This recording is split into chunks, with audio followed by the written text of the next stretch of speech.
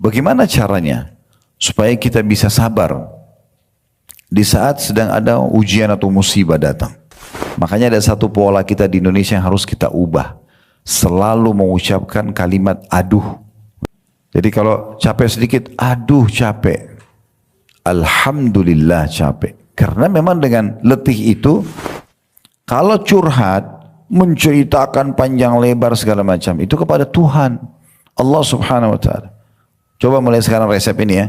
Ada masalah yang dianggap berat, jangan curhat sama manusia, percuma.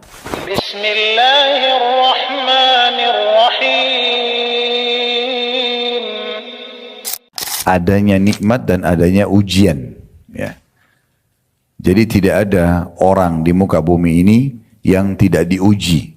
Semuanya pasti akan diuji oleh Allah subhanahu wa ta'ala. Cuma memang ujian ini kalau kita ingin lebih rincikan lagi, ada dua hal. Ada dua ya. Yang pertama itu ujian yang murni datang dari Allah subhanahu wa ta'ala. Misal teman-teman lagi tidur, terus bangun tiba-tiba flu misalnya ya. Ujian.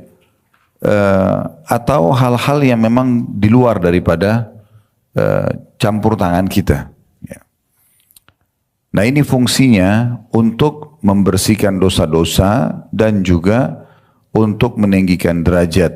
Ya. Misalnya ada derajat-derajat di surga itu tidak bisa dijangkau dengan 100 tahun sholat, 100 tahun puasa, 100 tahun sedekah, tapi bisa dijangkau dengan ujian. Ada orang yang diuji, divonis oleh dokter kena penyakit misalnya. Nah penyakit itu dia harus berobat atau minum obat seumur hidupnya. Contoh misal. Nah itu berarti ujian. Atau dia sakit. Prosesi melalui sakit itu mungkin 5 tahun, 10 tahun baru dia sembuh. Nah prosesi ini semua adalah tadi untuk pembersihan dosa, peninggian derajat ya di surga itu. Ada ujian yang datang karena kita sebabnya. Tapi akan berfungsi yang sama. Misal contoh ada orang dia menggosipin orang lain. Atau dia memfitnah orang lain. Atau dia mengganggu orang lain. Sehingga respon yang datang sama.